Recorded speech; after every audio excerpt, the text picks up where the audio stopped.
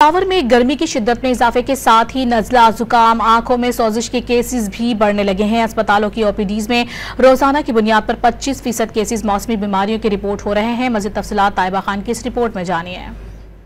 पेशावर में गर्मी की शिद्दत में इजाफे के साथ ही मौसमी बीमारियों ने भी जोर पकड़ लिया है। रोजाना की बुनियाद पर 100 में से 25% केसेस नज़ला, जुकाम और आंखों में सूजिश की रिपोर्ट हो रहे हैं। असल में गर्मी बहुत ज़्यादा हो गई है, जिसकी वजह से जो है ना धूप जो है ना आंखों को लग रही है और ठंडा पानी भी पी रहे हैं, जिसकी वजह से गला ख़राब हो रहा है।